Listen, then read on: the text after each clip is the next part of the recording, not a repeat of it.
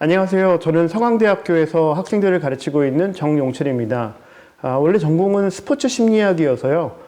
주로 시합에 나가는 선수들을 많이 만나고 선수들이 가장 중요한 순간에 자기가 평소에 갈고 닦았던 실력들을 마음껏 발휘하도록 돕는 일을 하고 있습니다. 오늘 여러분들을 만난 이유는요. 저 우연히 제가 서울시 교육청에 들렸다가 운동부 지도자 선생님들을 위한 일종의 글쓰기 컨텐츠를 한번 만들면 어떨까 이런 제안을 받았고요. 제가 한 2015년부터 대학뿐만 아니라 다양한 그 대상들을 데리고 글쓰기 교육을 계속 하고 있습니다. 그래서 여러분들과 함께 한 3시간 정도 나눠서 진행을 하려고 하는데요. 아마도 지금 이 영상을 보고 계신 분은 평소에 글을 많이 읽고 많이 쓰고 발표하고 남들과 나누고 이런 일을 일상적으로 하지는 않을 거라고 생각합니다. 하시면 참 좋겠지만 그렇지 않은 현실이 있고 저도 아다시피 스포츠 쪽에 오래 있었기 때문에 운동부 지도자로서 있는 삶이 그렇게 녹록치 않다는 걸 잘 알고 있습니다.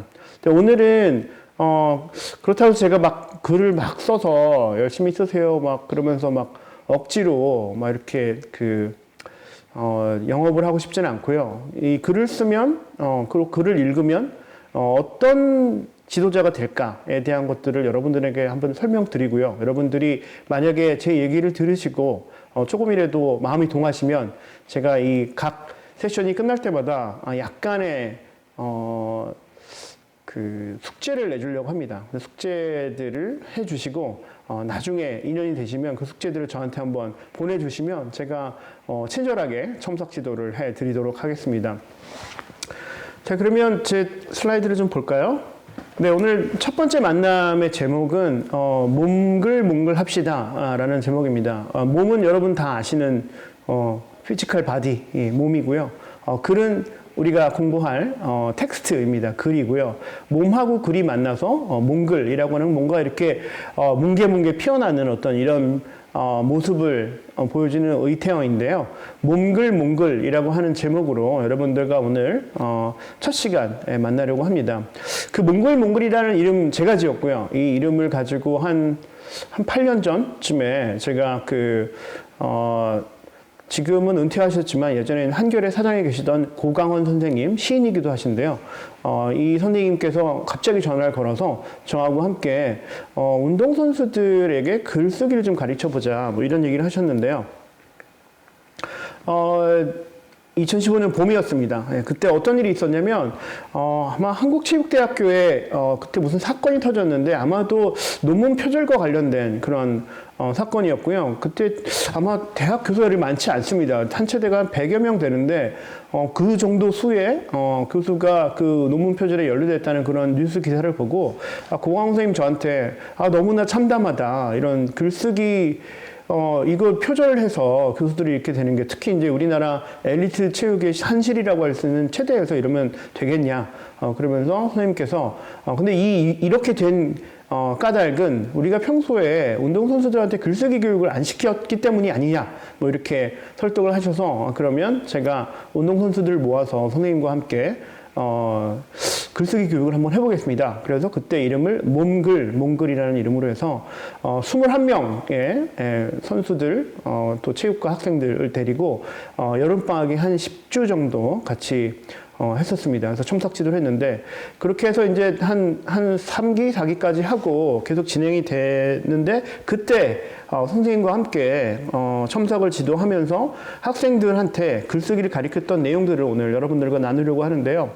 운동부 지도자로서 여러분들 하는 일은 학생 선수들을 조금 더 나은 선수로 만드는 그리고 나은 선수를 만들면서 때때로는 조금 더 나은 인간으로 만들 수 있는 이런 기회들을 제공하고 이 아이들이 커가는 것들을 보는 게 정말 큰 보람일 텐데요. 실제로 또 현실은 또 그렇지 않고 굉장히 또 어려움들이 있습니다. 현실에서 여러분들이 맞닥뜨리는 현실은 선수를 수급하기도 어렵고 또 매번 요즘 굉장히 그 이슈가 되고 있는 학습권이라든지 뭐 선수들의 인권이라든지 이런 부분들 때문에 예전과 좀 다른 환경에서 학생들을 가르치고 있는데요. 여러분들한테 오늘 제가 드릴 무기는 여러분들의 삶과 여러분들의 일상을 여러분들의 목소리로 스스로 목소리를 내서 그것들을 글로 만들고 이것들을 써내면서 여러분들이 변화하는 어떤 이런 과정을 통해서 여러분들이 저 좋은 지도자가 되고 그 지도자가 되는 걸 통해서 여러분들이 가르치고 있는 여러분들의 학생 선수들이 조금 더 나은 선수 또 인간이 될 수 있도록 이렇게 도와주는 일을 하려고 합니다. 이 가르치고 배우는 이 과정에서 이렇게 글쓰기를 배우면 어떤 일이 벌어지냐면 가장 중요한 것들은 여러분들을 이해하는 깊이가 달라지는 거죠. 여러분들의 과거 그리고 여러분들의 현재 그리고 또 아직 다가오진 여러분들의 미래를 상상하면서 그 시간들을 상상하고 거기에 대한 어떤 구체적인 텍스트를 입혀서 여러분들의 스토리로 만들어 나가면 이것을 통해서 여러분들은 여러분들의 삶에 대해서 훨씬 더 깊은 이해를 하게 되고요. 그 이해를 통해서 어떤 일이 벌어지냐면요. 여러분들과 여러분들 주위에 있는 동료 선생님들, 또 학생 선수들, 학부모들과 조금 더 편안하다고 하긴 좀 어렵고 조금 더 명확한 방식으로 소통할 수 있는 기회들이 글쓰기를 통해서 가져오게 됩니다. 그래서 가장 중요한 건 여러분들을 이해하는 깊이가 달라지고 이 글쓰기를 통해서 또 하나는 여러분들과 여러분들 주위에 있는 세상과 소통하는 방식이 조금 더 쉬워지고 그리고 가장 중요한 거는 여러분들이 들여다보는 이 세상을 보는 여러분들의 시각이 또 시선이 바뀌게 되는 거죠. 그러니까 고광훈 선생님은 이런 과정을 시각교정의 과정이라고 얘기했는데요. 글을 쓰면서 다양한 사람들의 이야기를 듣고 글을 읽고 그것들을 내 것으로 만들면서 여러분들이 지금 바라보고 있는 세상이 조금 다른 방식으로 보이고 지금까지 보이지 않았던 것들이 보이게 되는 어떤 이런 경험들을 하게 됩니다. 근데 이제 스포츠를 지금 매개로 지금 얘기를 하고 있는데요. 여러분들이 그냥 글쓰기만 하는 게 아니라 제가 여러분들한테 요구하는 것은 여러분들이 지금까지 좋아하고 잘 가르쳐왔던 이 운동, 이 스포츠랑 관련된 글쓰기를 어떻게 현실화할 것인가에 대한 이야기들을 나누려고 합니다. 아까 좀 전에 제가 저한테 전화했던 2015년 봄에 전화했던 고광원 선생님이 사실은 시인이기도 한데요. 경희대학교에서 농구를 하셨고요. 농구 선수에다가 대학교 때 이제 그만두시고 체육 교사가 돼서 학생들을 가르쳤는데 이 선생님께서 그 당시에 체육 교사라면서 학생들을 가르쳤던 그 장면들을 시로 쓴 부분이 있습니다. 제가 그 시를 잠깐 읽어드릴게요. 제가 이 시를 읽어드린 이유는 이게 여러분들이 매일 만나는 일상입니다. 여러분들 스포츠를 매개로 학생 선수들을 만나고 또 학생들을 만나고 또 이들한테 체육을 가리키고 스포츠를 가리키면서 일어나는 일을 이 시인은 이런 방식으로 적어낸 거죠. 제목은 즐거운 추억이라는 시인데요. 한 2장 정도 있는데 제가 한번 읽어드릴게요. 즐거운 추억. 체육시험에서 미 한 번 받아보지 못한 여학생에게 방과 후 배구 수업을 했네. 활짝 펴지 못한 손가락 끝에 약속처럼 꼭 한 번 닿은 뒤 공은 떨어지네. 협심증 가진 그의 심장 박동처럼. 첫 술에 배부르지 않다는 말 알지? 하루, 사흘, 일주일, 한 달을 받아 올리네. 어느 날 이마 위에 반듯하게 올려놓은 하늘, 활짝 핀 10개의 분홍꽃까지 부풀어 오른 목련송이 톡톡 받아 올리네. 몸이 천천히 시간을 지배하는 것을 보았네. 자, 2연은 스킵하고요. 3연에 이렇게 마무리합니다. 가르친다는 것, 누구 앞에 선다는 것은 배우는 일이라는 걸 알았네. 2011년에 쓴 작품이고요. 시간은 무겁다라고 하는 이 시집에 있는 작품인데요. 고광훈 선생님이 체육 선생님으로서 학생들한테 배구를 가리키고 그 배구를 가리키는 그 반 아이 중에 공부를 제일 잘하는 반장 학생이 체육을 잘 못하는 학생이었어요. 그래서 맨날 구석에 앉아서 쭈그리고 있는 이 학생을 살살 꼬셔서 배구라는 스포츠를 통해서 아주 반듯하게 손 한 10개의 손가락 위에 올리는 이 모습을 천천히 변화하고, 그리고 그 몸이 이 시간을 지배하는 이 모습을 시인의 눈으로 바라보고 있는 겁니다. 자, 여러분들이 이런 수업 하실 거예요. 또 이런 일들이 매일 벌어지고 있습니다. 하지만 이 시인이 이 시를 쓸 때 이 생각하고 있는 이 반장의 모습, 반장의 변화들은 이런 글과 이런 관찰이 없으면 세상에 나타나지 않는 거죠. 여러분들이 이런 글들을 쓰고 여러분들이 일상들을 텍스트로 만들어내면 그전에는 존재하지 않았던 여러분들의 생활이, 여러분들의 삶이 이런 텍스트를 통해서 존재하기 시작하는 거죠. 제가 선수들을 많이 만나고 선수들과 함께 심리 상담을 하는 스포츠 심리 전문 멘탈 코치인데요. 선수들한테 저하고 얘기한 내용들을 적으라고 합니다. 근데 적으라는 이유는 적지 않으면 다 없어지고요. 심지어 어떤 선수 같은 건 올림픽 나가서 금메달 따고 올림픽에서 엄청난 영광의 순간을 가졌는데 그 순간이 지나면, 그걸 적어두지 않으면 시시각각 그 기억은 여러분들의 몸에서 사라지고 있는 거죠. 그래서 여러분들이 그것을 경험을 적고 그 경험을 통해서 내가 어떤 인간이었는지를 늘 기억하고 그것들을 적어 놓는 것이 굉장히 중요하다, 이런 말씀을 드립니다. 시로 시작해서 조금 생소하고 내가 초등학교 때 한번 연습해보고 이 시를 써본 적이 없다, 이렇게 하는데 한번 여러분들 일상에 대해서, 만약에 여러분들이 축구를 가르치면 축구공이라든지 아니면 골키퍼라든지 어떤 이런 제목을 가지고 여러분들이 굉장히 자유로운 방식으로 언어를 사용해서 여러분들의 일상을 적어내는 그런 시도를 해본다면 굉장히 좋을 것 같습니다. 이 두 사람이, 오른쪽에 있는 분이 아까 얘기 드린 그 고광헌 선생님이고요. 한겨레 대표하시고 서울신문 사장하셨는데요. 요 옆에 있는 분은 아마 여러분 잘 아실 겁니다. 이 버락 오바마라고 하는 전 미국 대통령이죠. 이 두 분의 공통점을 제가 꼽자고 하면 둘 다 조금 멋지게 생겼죠. 멋지게 이제 잘 늘씬한 그런 두 중년 남성인데요. 이들의 공통점은 둘 다 농구를 했다는 그런 공통점이 있습니다. 제가 이 얘기를 왜 끌고 나가냐면, 여러분들이 그냥 운동만 가리키는 게 아니라 이 운동을 통해서, 스포츠를 통해서 여러분들의 학생 선수들이 어떠한 변화를 가져오는데, 그 변화들이 그때는 잘 모를 수 있지만 지나고 나서 그것들을 차곡차곡 기록하고 글을 쓰는 행위를 통해서 그 친구들의 변화하는 것들이 그 친구의 몸에 그리고 마음에 딱 붙어 있게 되는 거죠. 자, 먼저 그 버락 오바마를 볼까요? 이 친구는 친구는 아니죠. 이분은 시카고의 굉장히 그 인권 변호사로 굉장히 유명한 그냥 젊은 변호사였습니다. 근데 이 친구가 뭐로 유명해졌냐면 Letters from the Dreams of My Father, 그러니까 내 아버지의 꿈이라는 책을 먼저 썼는데, 그 꿈을 기억하고, 자기 아버지가 아프리카 사람이거든요. 그 미국에 유학 가서 있는 동안에 백인 엄마를 만나서 둘이 결혼해서 오바마를 낳는데, 이 친구의 이름이 베리 오바마였습니다. 베리라고 하는 이름은 매우 미국적인 백인스러운 이름인데요.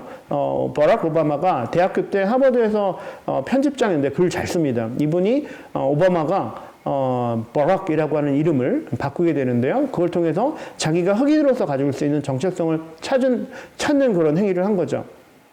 그런데 이 친구가 농구를 엄청 잘하는 농구 선수 출신입니다. 하와이에서 고등학교 다녔는데 고등학교 때 농구 주전, 그 팀의 주전이었고요. 그때 가르쳤던 고등학교 감독에 의하면 그때는 이제 베리 오바마가 아예 공부가 아닌 완전히 그 농구에 완전히 올인했으면 NBA까지도 갈 수 있는, 프로까지 갈 수 있는 그 정도 폭격기 베리라는 굉장히 중거리 슛이 강한 그런 선수였고요. 백악관에 가자마자 처음 한 일이 거기 이제 볼링장이 있는데 그거 치우고 농구장 만듭니다. 그래서 농구를 늘 즐겨하는 그 농구 선수 출신의, 제가 이 얘기 왜 얘기하냐면, 외국에는 이런 운동선수 출신의 리더들, 사회적으로 굉장히 존경받는 인물들이 굉장히 많은데요. 우리나라에는 불행히도 과거에는 그랬습니다. 과거에 되게 유명한 독립운동가 뭐 이런 분들은 운동 스포츠맨들이 많았는데 최근에 여러분들 아시다시피 스포츠로 엘리트로 간 사람이 돈은 많이 벌지만 사회적으로 존경받는 일이 많지 않습니다. 뭐 운동선수로 해가지고 은퇴한 다음에 아마 제일 잘된 케이스가 제 학생들한테 물어보면 뭐 강호동 아니면 서장훈인데 그런 어떤 예능 프로그램에 나와서 과거의 어떤 그런 인지도를 가지고 유명세를 타고 그걸로 계속 영위하는 어떤 이 정도지 정말 국민적인 어떤 존경을 받거나 되게 그 자신의 능력으로서 사회의 다양한 분야에 기여를 하는 그런 운동선수의 롤모델이 그렇게 많지 않습니다. 그런 걸 봤을 때 버락 오바마의 어떤 농구선수의 어떤 그런 백그라운드를 가지고 한 나라의 대통령이 돼서 미국의 대통령으로 전 세계에 다양한 일들을 하는 것들을 보면서 그리고 평소에도 농구를 즐겨하고 농구 선수뿐만 아니라 오바마가 가장 중요했던 무하마드 알리 뭐 이런 사진을 백악관에 걸어놓고 늘 이들을 기억하는 이런 모습들을 보면서 스포츠가 정말 잘 교육되고 잘 가르쳐진다면 이 스포츠를 통해서 배운 것들을 굉장히 사회의 다양한 부분에 많이 쓸 수 있는 그런 역할을 할 수 있다는 것을 알게 됩니다. 오바마하고 고강원 선생님이 두 농구 선수로서의 공통점을 보여드렸고요. 요 두 분은 한 분은 소설가인 김훈 작가시고요. 한 분은 독일의 노벨 문학상을 받은 곤테 그레스라고 하는 시인인데요. 김훈이라고 하는 시인은 사실 그 운동이라기보다는 자전거를 많이 타고 다녀서 풍륜이라는 자전거로 전국을 돌면서 자전거 여행이라고 하는 책을 쓰기도 했고요. 제가 오늘 여러분들에게 소개시켜 주려는 그 책은 공차는 아이들이라고 하는 일종의 사진과 어떤 텍스트가 같이 있는 책들인데요. 그걸 보면 이런 말이 나옵니다. 지금은 절판돼서 좀 구하기 어려운 책인데요. 공차는 아이들의 김훈이라는 작가가 이제 해외여행을 가면서 월드컵 때 공항에서 그리스 공항에서 월드컵 중계하는 걸 이렇게 보는 거예요. 근데 어떤 팀인지 모르겠는데 한 선수가 골을 넣고 막 열광하는 모습을 같이 보고 있는 거죠. 근데 이 작가가 그 순간에 뭘 보냐면 골 넣고 환호하는 셀레모니하는 그 환호하는 선수를 보는 게 아니라 골을 먹은 골키퍼를 보고 있는 거죠. 그 골키퍼를 보면서 이런 글을 썼습니다. 읽어드릴게요. 골키퍼가 땅을 박차고 솟아올라 몸을 날렸다. 솟아오른 골키퍼는 땅바닥에 몸을 갈며 쓰러졌다. 네 활개로 벌린 그의 육신은 도장을 찍듯이 땅바닥에 찍혔다. 그의 가슴은 비어 있었다. 볼을 먹었다는 거죠. 공은 그의 육신이 어찌 해볼 수 없는 공간을 가르며 네트에 꽂혔다. 몸이 땅에 찍히기도 전에 아마도 그는 자신의 실패를 알았을 것이다. 공을 놓친 그의 빈 가슴, 맨몸으로 땅바닥에 찍혔다. 이긴 자들은 날뛰고 뒤엉키고 올라타고 부르짖었다. TV 카메라는 끌어안고 춤추는 관중들을 비추었다. 그 함성 속에서 공을 놓친 골키퍼가 홀로 땅바닥에 쓰러져 있었다. 그의 육신이 내뿜는 한 가닥의 맹렬한 정막이 관중의 함성을 뚫고 치솟는 듯 했다. 그는 외로워 보였지만 비참하지는 않았다. 그의 패배와 그의 추락에는 치욕이 스며들어 있지 않았다. 그의 정막은 외로움이라기보다는 순결이었다. 쓰러진 그의 뒤쪽으로 그가 막아내지 못한 골문의 양쪽 기둥 사이는 바다처럼 넓었다. 그는 쓰러졌던 두 다리로 쓰러졌던 자리를 딛고 다시 일어섰다. 미드필드 쪽에서는 태풍과도 같은 관중들의 축복을 받으면서 상대팀의 골 세레머니가 폭발하고 있었다. 일어선 그는 뒤로 돌아섰다. 그는 고개를 들고 골문 양쪽 기둥 사이의 거리를 들여다보면서 묵묵히 서 있었다. 돌아서는 그의 어깨는 정직하고도 단순했다. 혼자서 감당하는 자의 빛나는 어깨였다. 이게 그 장면을 바라보고 있는 시인의 시선에 잡힌 그 순간의 텍스트인데요. 이걸 읽으면서 저는 이런 상상을 해봅니다. 우리가 좋아하는 손흥민이나 이강인 같은 선수가 축구로는 최고이지만 이들이 경험한 어떤 축구에 우리가 못 보는 어떤 그런 장면들을 이런 글로 우리에게 좀 표현해주면 어떨까? 그런 상상을 했는데요. 누구나 다 바라보고 있는 그 시선, 골을 넣은 사람들의 셀레모니를 보는 그 시선에서 어떤 시인은, 어떤 사람은 지금 방금 골을 먹고 몸을 감며 쓰러졌지만 무릎을 딛고 발을 딛고 일어나서 그 양쪽의 넓은 그 골문을 바라다보고 다시 공을 들고 나오는 이 골키퍼의 정직하고 단순했던 그리고 그 단순한 어깨 그리고 혼자서 감당하는 자의 빛나는 어깨라고 하는 것들을 관찰하고 있는 거죠. 이걸 통해서 제가 여러분들한테 계속 던지고 있는 메시지는 뭐냐면 여러분들이 지금 다루고 있는 스포츠는 때에 따라서는 굉장히 우리가 보는 것보다 다른 차원에서 빛나고 있고 그 빛나는 부분들을 저는 운동을 하는 운동 선수들이 또 운동을 가장 잘 가르치고 함께 하고 있는 지도자들이 이런 순간들을 포착해서 텍스트로 만들어서 이것들을 우리에게 알려줬으면 좋겠다. 이런 욕심을 갖고 있습니다. 그 옆에 있는 퀸터 그레스는 오프사이드라고 하는 이게 이제 그 한일 월드컵 아마 개막전에서 시를 쓴 건데요. 이 퀸터 그레스의 시는 오프사이드, 약간의 유머가 섞인 시인데요. 이렇게 시작됩니다. 제목은 밤의 경기장이고요. 천천히 축구공이 하늘로 떠올랐다. 그때 사람들은 관중석이 꽉 차 있는 것을 보았다. 고독하게 시인은 골대 앞에 서 있었고 그러나 심판은 호각을 불었다. 오프사이드. 이렇게 끝납니다. 이런 그 시를 보면 알베르 까미가 평소에 뭐라고 그랬냐면 이분도 노벨 문학상 받은 작가인데요. 프랑스 작가인데 이 사람이 까미가 내가 배울 수 있는 거의 모든 것은 축구에서 배웠다라는 말을 합니다. 그래서 여러분들이 지금 가르치는 거는 드리블 스킬, 헤딩 스킬, 전술 이런 걸 가르치고 있지만 이 아이들이 여기서 삶에 굉장히 중요한 레슨들을 배우고 있고 이 작가 까미에 의하면 이 모든 것을 축구에서 배웠다고 하는 그런 간증을 하게 되는 거죠. 그런 까미가 사실은 골키퍼였고 아까 김훈 선생님이 묘사를 했던 그 빛나는 어깨를 가진 골키퍼로서 굉장히 잘하는 운동선수이기도 했습니다. 제가 이제 갖고 있는 일종의 답답함은 이런 작가들이 스포츠를 보고 굉장히 매력적인 문장들을 뽑아냅니다.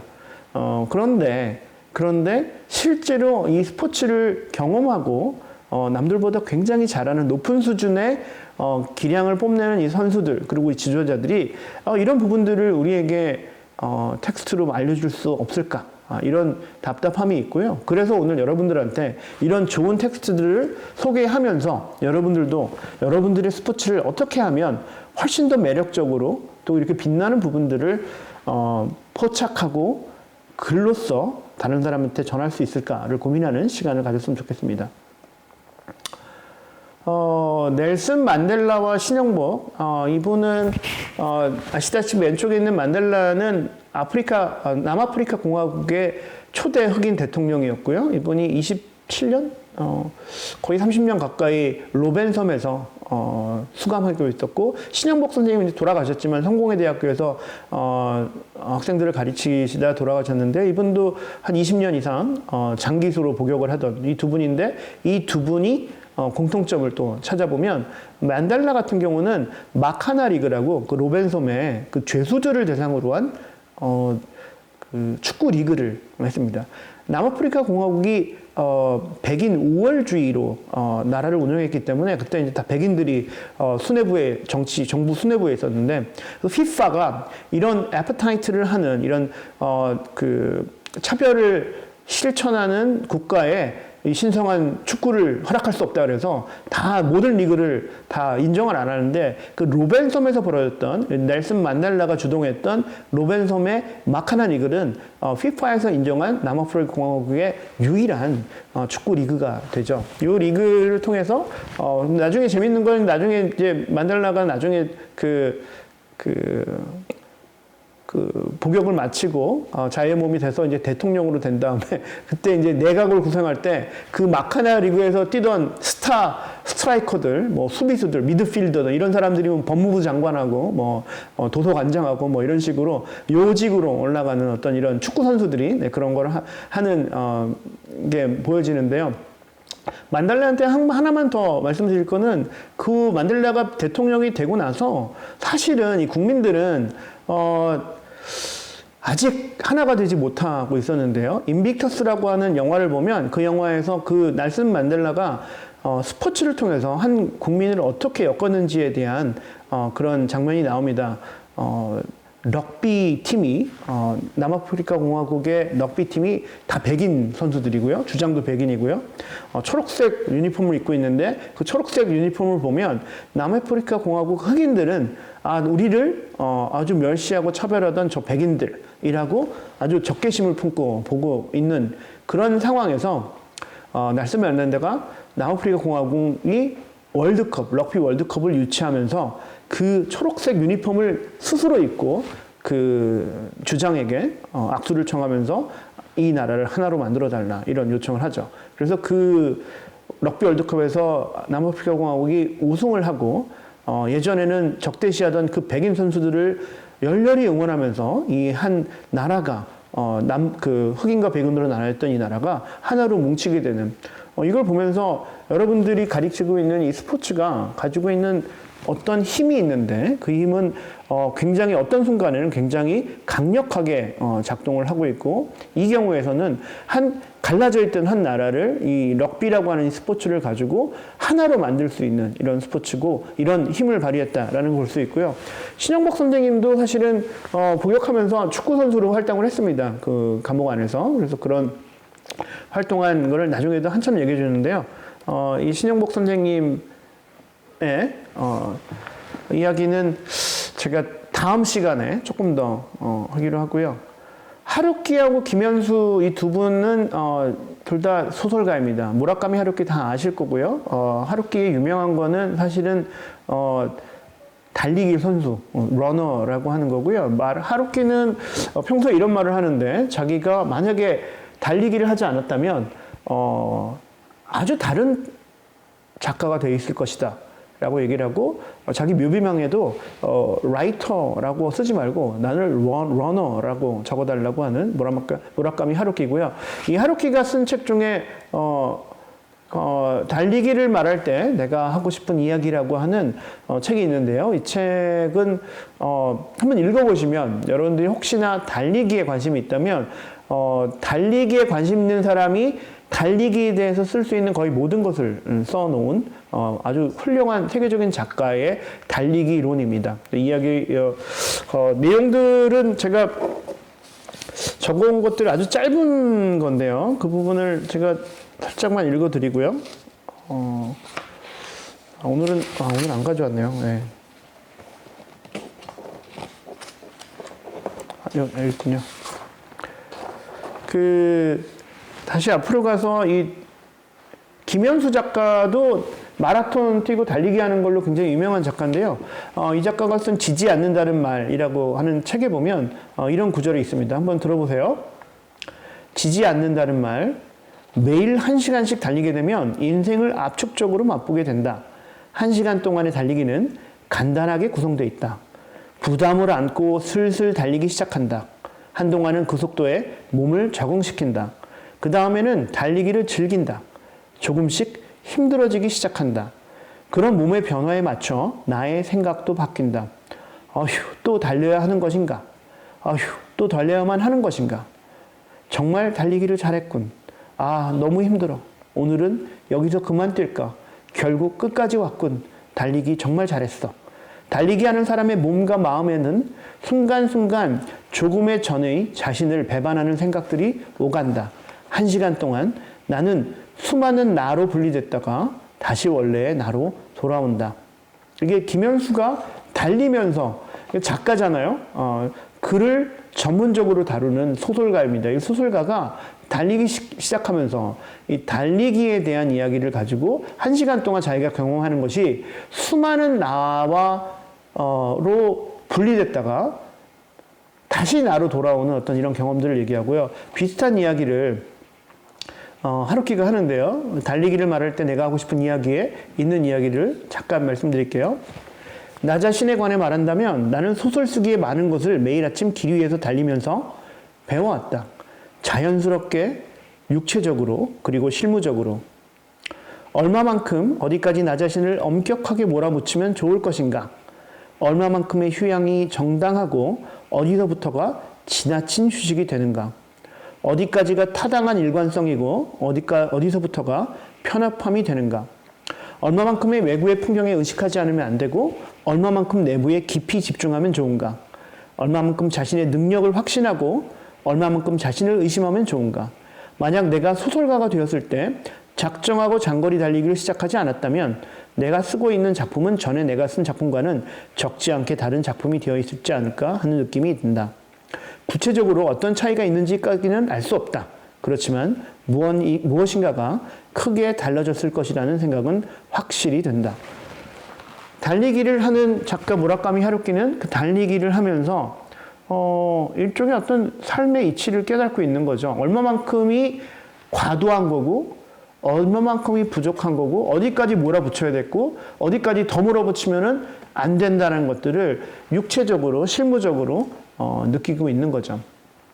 계속 제가 얘기하고 있는 건데 이런 소설가들, 글 쓰는 사람들의 이런 것들이 참 부럽습니다. 이들이 운동을 하고 스포츠를 하면서 이들이 우리 세상에 전해줄 수 있는 스포츠의 반짝거림들이 저는 여러분들이 채굴을 좀 했으면 좋겠다. 여러분들이 이것들을 찾아서 우리들에게 좀 알려줬으면 좋겠다라는 생각을 하고 있습니다. 자, 그 시간이 좀 돼서 마지막으로 제가 달리기 얘기가 나온 김에 얼마 전에 나왔던 서윤복 선생님을 다룬 1947년이라고 하는 영화가 있었습니다. 하정우가 나오고 임시완이 나왔던 영화인데요. 굉장히 흥행이 실패했지만 좋은 영화였고요. 지금 제가 보여드릴 분들은 함기용 선생님과 최윤칠 선생님인데 1950년, 그러니까 우리나라의 6.25 전쟁이 발발했던 그 해에 보스턴 마라톤에서 1위, 2위, 3위를 한국 사람이 했던 그 기록을 세웠던 역사적인 주인공입니다. 저 왼쪽에 있는 게 함기용 선생이고요. 오른쪽이 최윤칠 선생님인데요. 이 사진을 보면 오른쪽 맨 끝에 약간 눈을 아래로 깔고 있는 분이 그 유명한 손기정 선생님이고요. 그 옆에 고개를 갸우뚱하고 있는 분이 최윤칠, 그리고 그 옆에 약간 앳된 18살이었고요. 마라톤을 평생 한 4번밖에 완주하지 않았던 함기용 선생님이 있습니다. 다 돌아가셨고요. 이분들을 제가 좋은 기회에 제가 인터뷰를 하면서 이들의 일종의 구술사를 기록한 적이 있는데요. 이 얘기도 왜 드리냐면 이들은 몸으로 경험한 자신들의 과거이고 굉장히 이들이 입을 열어서 저희들한테 알려주지 않으면, 그리고 제가 그걸 들어서 글로 쓰지 않으면 이 세상에 존재하지 않은 이야기들입니다. 여러분들이 스포츠를 통해서 경험한 다양한 것들을, 그리고 어디 가서 볼 수 없는 이런 것들이 이 두 분을 통해서 역사적으로 발견이 되는 거죠. 함기용 선생님하고 이분은 최윤출 선생님이고 함기용 선생님을 제가 인터뷰를 하는 장면이고요. 이 인터뷰를 통해서 제가 배운 것은 그 50년도에 우리나라 한국 사람 3명이, 그때는 대한민국이라는 나라가 알려지지도 않았을 그 당시에 보스턴에 가서 이 1, 2, 3등을 함께한 이 역사적인 시간들을 하고 바로 6.25 전쟁이 나서 잊혀진 스포츠 영웅이 되었는데, 제가 이분들을 한 6개월 정도 만나서 취재하고 글을 쓰고 사진 찍고 이러면서 이들에 대한 글을 썼고, 제가 함기용 선생님에 대한 글은 걸을지언정 멈추지 않는다라는 제목의 글을 썼고요. 이분이 1등으로 들어오긴 했지만 처음에 너무 오버페이스 해가지고 보스턴 마라톤 마지막에 걸어 들어오셨거든요. 그래서 워킹 챔피언이라고 하는 약간의 오명이 있는데 하지만 멈추지 않는 이걸 썼고, 그 다음에 최윤칠 선생님은 그 당시에 약간 치매를 앓고 있어서 정확히 전달이 안 됐지만 이분은 제가 어떤 글을 썼냐면 7개의 봉우리라고 하는 글을 썼는데요. 7개의 봉우리는 윤칠이 7개의 산봉우리라는 뜻이고요. 그 산봉우리를 7개의 이 최윤칠 선생님의 라이프 이벤트를 제가 하나씩 해석해 가면서 이분의 일대기를 썼습니다. 나중에 기회가 되시면 한번 보시고요. 이런 글쓰기를 통해서 여러분들이 스포츠에 접근하는 제가 오늘 여러분들한테 일종의 꼬시는 겁니다. 글을 쓰고 시를 쓰고 스포츠를 다르게 바라보면서 여러분들이 지금 여러분들이 가리키는 그 지도자의 그 레벨보다는 한 단계 업그레이드된 그런 굉장히 중요한 무기를 가진 그런 지도자가 되기를 기대하면서요. 오늘 강의를 여기까지 마치겠습니다. 자, 첫 강의는 여기까지 하고요. 다음 시간에 다시 만날 텐데요. 제가 첫 시간에 숙제가 있습니다. 여러분들 이 강의를 듣고 글을 하나 써오는데 A4지 한 장입니다. 한 장에다 뭘 쓰냐면 지금 여러분들이 지금 여러분들의 운동을 가르치고 있는데 그 운동을 통해서 선생님이 오랫동안 변화왔겠죠. 근데 가장 결정적인 나를 만든 순간이라고 하는 제목의 글을 써서 제가 그 촬영 끝나면 요 화면을 통해서 제 이메일 주소를 알려드릴 테니까 그거를 한 장을 써서 저한테 누구누구인데 이 강의를 듣고 이렇게 썼습니다 하고 보내주시면 제가 찬찬히 읽어보고 피드백을 해서 다시 보내드리는 그런 일을 하겠습니다. 자, 첫 시간 고생하셨고요. 제가 오늘 제가 그냥 줄줄줄 얘기해서 여러분들 이게 도대체 뭘 하는 건가 이렇게 생각하실 텐데요. 나름 계획이 있습니다. 처음은 약간의 그 여러 가지 스토리를 통해서 여러분들이 약간 꼬시는 역할로 했고요. 다음 시간에는 구체적으로 글쓰기를 하면 어떤 변화가 일어나고 또 글쓰기를 통해서 어떤 걸 이룰 수 있는지에 대한 그리고 어떻게 글을 써야 되는지에 대한 이야기들을 나누는 시간을 갖겠습니다. 네, 수고하셨습니다.